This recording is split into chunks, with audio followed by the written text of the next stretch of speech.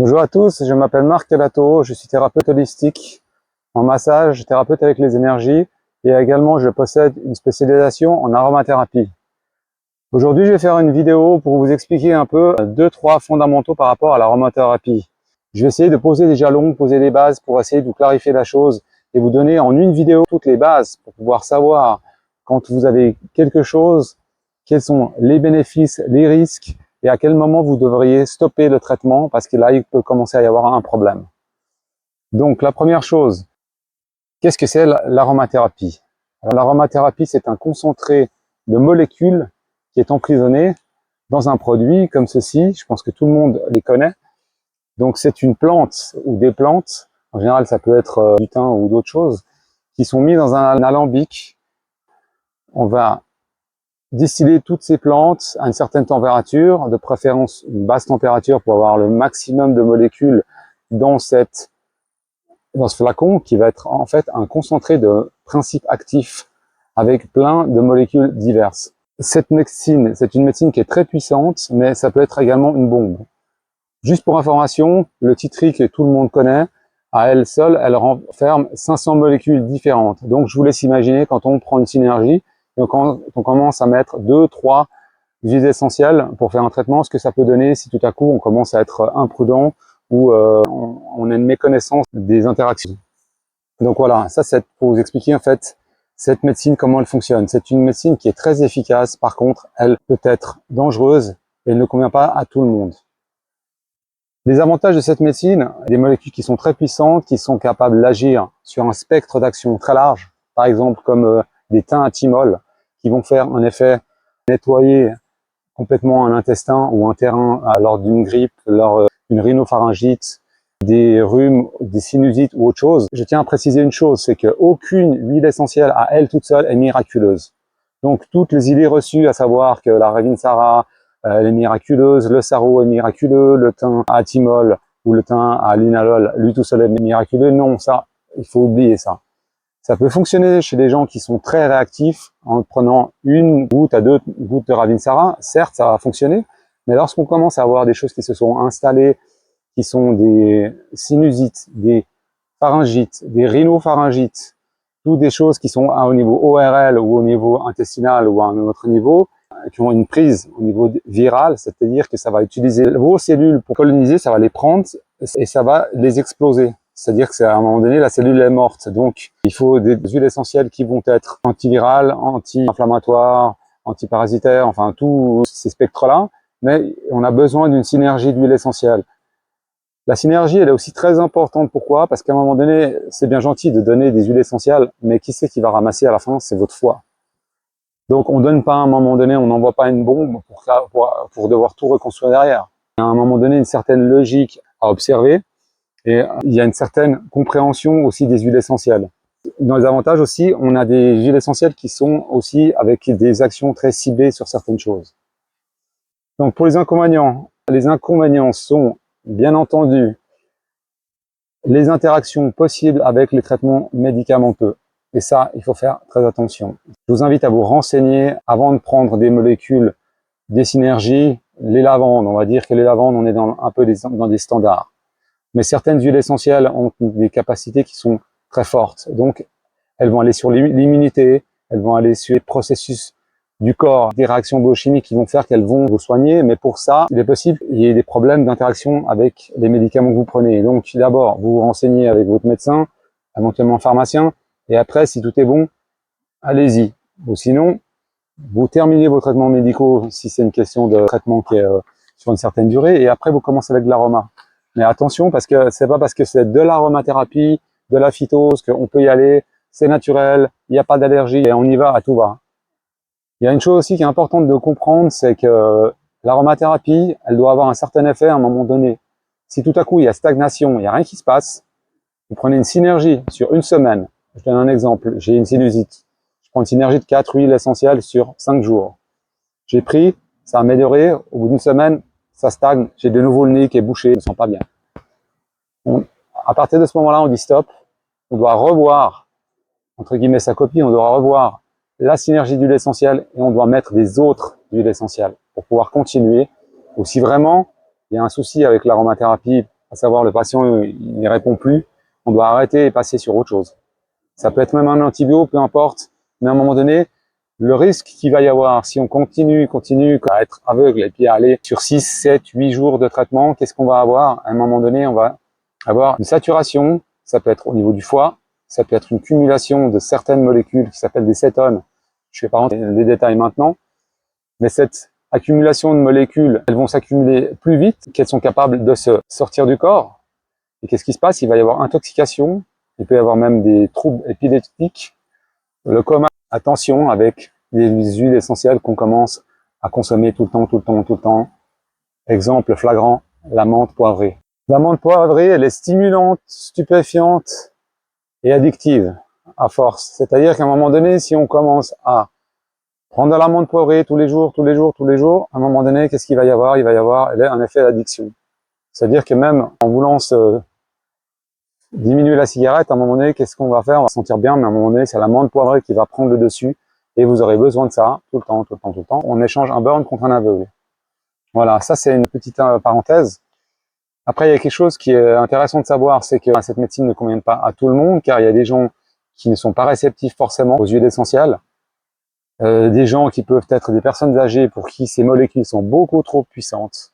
Rien que le fait de sentir une molécule, ça les dérange, ça les incommode, et c'est une médecine qu'on évitera d'utiliser pour ces personnes-là. Pour les enfants, moins de 3 ans, interdit. Après, au-delà de 3 ans, il est toujours possible d'utiliser des huiles essentielles. Interdit, ça veut dire quoi? Ça veut dire qu'on donne une goutte sur le corps, par exemple, à un endroit où l'enfant ne peut pas toucher, de lavande. Ça peut être dit ici derrière. Pour s'endormir, assurez-vous que l'enfant ne peut pas toucher. Donc ça, c'est en général vers 2 ans, d'accord? Mais 3 ans, tout ce qui est traitement d'huile essentielle, que ce soit massage ou autre, de près ou de loin, vous évitez. À partir de 3 ans, on peut prescrire des huiles essentielles, toujours avec des posologies adaptées pour les enfants. Après cette vidéo, je vous donnerai 2-3 petits trucs et astuces, des indications pour savoir qu'est-ce qu'on fait pour tester, quelles sont les mesures d'urgence au cas où il y a un problème avec les enfants, avec les adultes également, parce que tout le monde va acheter des huiles essentielles dans les pharmacies, dans les grands magasins et tout, mais à un moment donné, si je me la mets dans les yeux, qu'est-ce qui se passe? On verra ça un peu plus tard. Là, on va éviter d'avoir un problème. Donc les traitements aussi avec les huiles essentielles qui sont inadaptées, qu'est-ce qu'il peut y avoir? À un moment donné, j'ai besoin de drainer mon foie en phytothérapie. J'ai entendu parler que, ah, t'as vu l'aromathérapie, c'est super et tout, ça marche super bien pour moi. Ok, bah je vais essayer, je vais m'acheter 2-3 huiles essentielles. Je vais m'acheter du romarin verbenone comme ceci. Après, je vais m'acheter une menthe poivrée, évidemment, parce que c'est à la star des stars, et puis que on a besoin de faire comme les autres, pour tester, d'avoir quelque chose qui déchire. On va tester tout ça, on va regarder, mais qu'est-ce qui se passe? À un moment donné, le traitement il est tellement agressif qu'on a mal à l'estomac, on supporte pas. Donc un traitement, un drainage foie aux huiles essentielles sur 3-4 jours, ça peut aller. Au-delà, il faut éviter, on a d'autres plantes, on a d'autres phytothérapies, on a, comme j'ai déjà parlé, des extraits de plantes standardisés, on a ça qui fonctionne bien, qui n'a pas d'alcool aussi, contre-indiqué pour les gens qui ont besoin de quelque chose sans alcool. Les teintures mères peuvent fonctionner aussi, elles ont de l'alcool. Enfin bref, on a mille et une choses pour drainer le foie. Donc évitez à un moment donné de vouloir aller toujours à fond dans la voie de la rapidité, c'est votre corps qui va accepter la molécule ou qui va la refuser parce qu'à un moment donné, ça va être beaucoup trop agressif pour lui. Ça, c'est une chose qui est importante que j'ai besoin de vous dire. Donc les risques et les effets secondaires, je vous les ai donnés.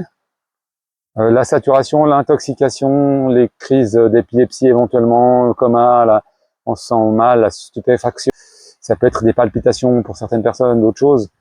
Donc à un moment donné, ce qu'on peut faire, c'est antidoter.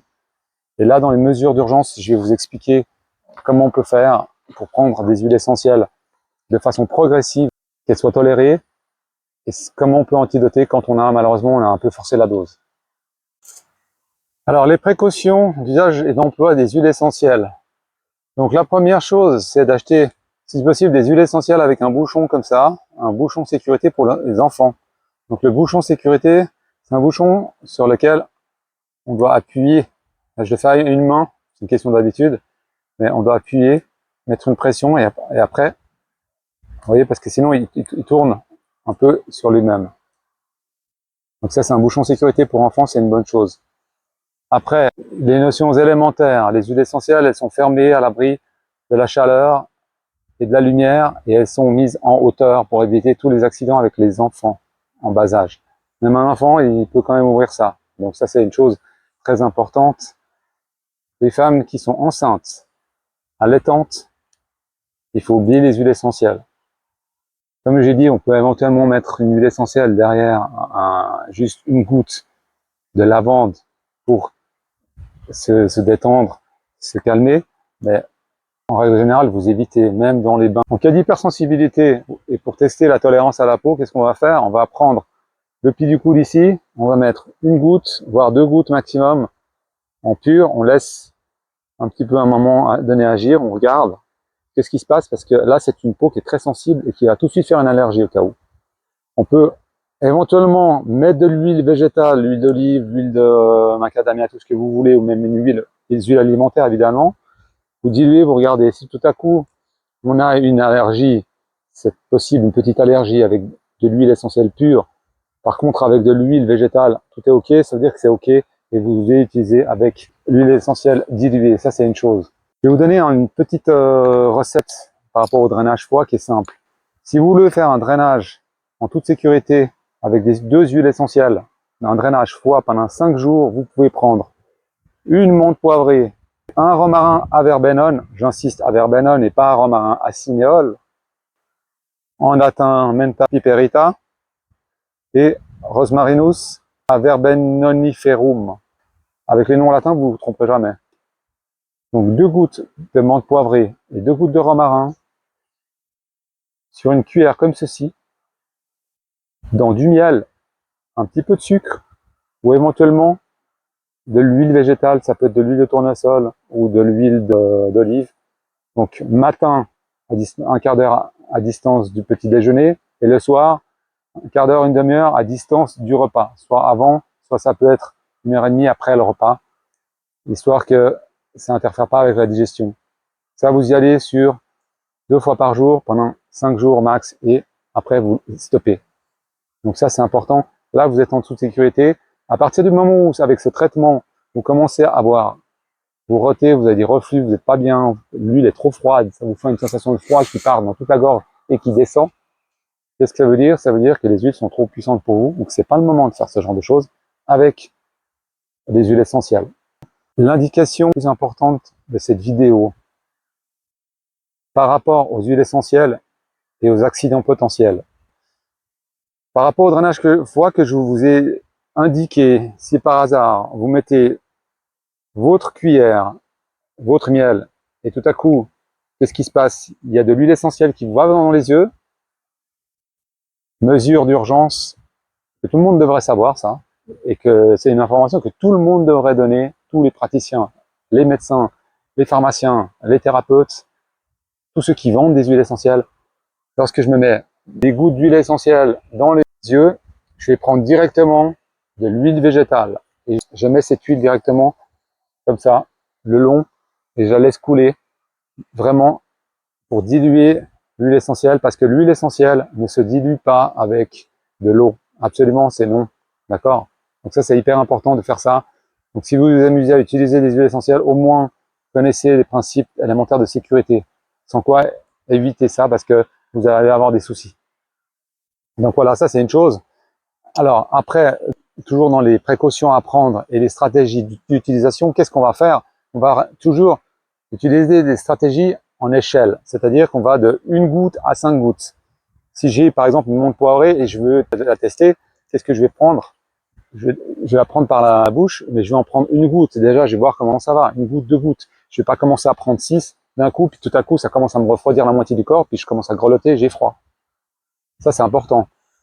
Une indication très importante par rapport à la menthe poivrée. J'ai vu quelque part dans des bouquins que c'était marqué, on peut la mettre dans le bain. Alors ça, c'est interdit, ça, il faut oublier. Ça, si vous voulez avoir une crise, à un moment donné, vous avez froid, et puis vous partez hypothermie, ou ça va agir sur le système nerveux, ça va faire une sensation, vous allez être complètement frigorifié, vous allez être mal. Là, vous allez mal finir avec ça. Certaines huiles essentielles, elles vont dans le bain. On peut les mélanger avec du yogourt, avec un autre élément qu'on appelle du disper, ou éventuellement avec quelque chose de simple, du gros sel, vous mettez dessus. Une poignée de gros sel, vous mettez 2-3 gouttes. Par exemple, la lavande, on peut y aller sans problème. Pour un bain de 80 litres, vous mettez 5 à 10 gouttes sur le gros sel et vous jetez dans le bain. Là, il n'y a aucun souci. Si vous avez exagéré, on doit passer dans des stratégies d'antidote d'huile essentielle, ou à un moment donné, on doit les diluer. Donc pour les diluer, qu'est-ce qu'on va faire? Même chose. Si j'ai mis trop d'huile essentielle sur mes bras, et puis je suis pas bien, je vais prendre mon huile végétale et puis je vais faire un massage. Pourquoi? Parce que je vais la diluer. C'est comme si vous avez de l'acide et puis vous mettez de l'eau. Donc du coup, tout se dilue. Autre stratégie qu'on peut utiliser, c'est des charbons actifs. Ça, c'est par exemple si on avait ingéré trop d'huile essentielle puis on n'est pas bien. 3 à 4 capsules de charbon actif, ça va antidoter, ça va pomper tout ça. Mais une chose, c'est que c'est pas immédiat non plus. Par contre, on a aussi également l'huile d'olive ou l'huile tout court. Et ça, par contre, ça va aussi diluer dans l'estomac. Alors, vous avez compris au niveau des stratégies d'antidote ou des stratégies pour pouvoir les diluer. Donc, on a l'huile végétale, le charbon, et on a également des huiles qui permettent de faire notre poison. Et ça, c'est un peu moins connu, c'est moins diffusé comme info. Mais j'ai trouvé dans les littératures, par exemple, le romarin verbenone, c'est un romarin qui va... Alors, le romarin lui-même, c'est déjà une plante qui est hépatoprotectrice, c'est-à-dire qu'elle va protéger les cellules du foie. D'accord? Donc ça, c'est une plante qui est un peu clé. Le romarin à verbenone, qui est plus axé au niveau du foie, elle va vraiment faire l'effet d'un contrepoison. D'accord? Donc ça, c'est important. Après, ceux qui aiment bien les romarins pour les massages ORL ou les gens qui ont souvent des problèmes respiratoires ou autres, ou des grippes ou tout ce qui passe durant l'hiver, on peut utiliser aussi du romarin à cinéole. Le romarin à cinéole, c'est un tropisme. Ce qu'on appelle tropisme, c'est un peu un mot pour raconter quelque chose de scientifique. Donc, tropisme, ça veut dire qu'il agit plus sur la sphère pulmonaire ici. Mais il a également une capacité, il agit également sur le foie, le romarin acinéole. D'accord? Cinéole, c'est une molécule qui est la même qui est dans les eucalyptus, dans la Ravinsara et autres. Donc, c'est des molécules qui sont très aériennes et qu'on reconnaît, c'est des molécules qui sont toujours les mêmes, qui sont cousines dans plusieurs essentiels.